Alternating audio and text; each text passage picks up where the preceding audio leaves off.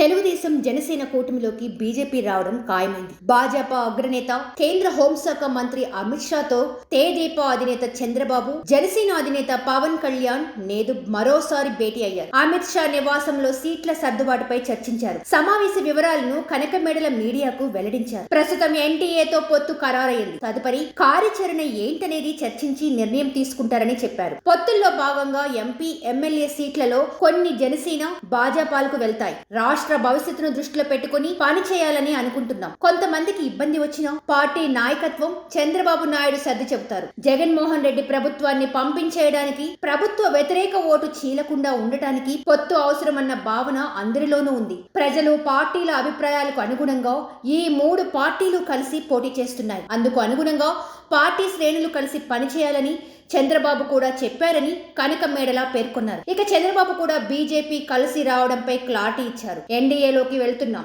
సీట్ల సర్దుబాటు కూడా కుదిరింది.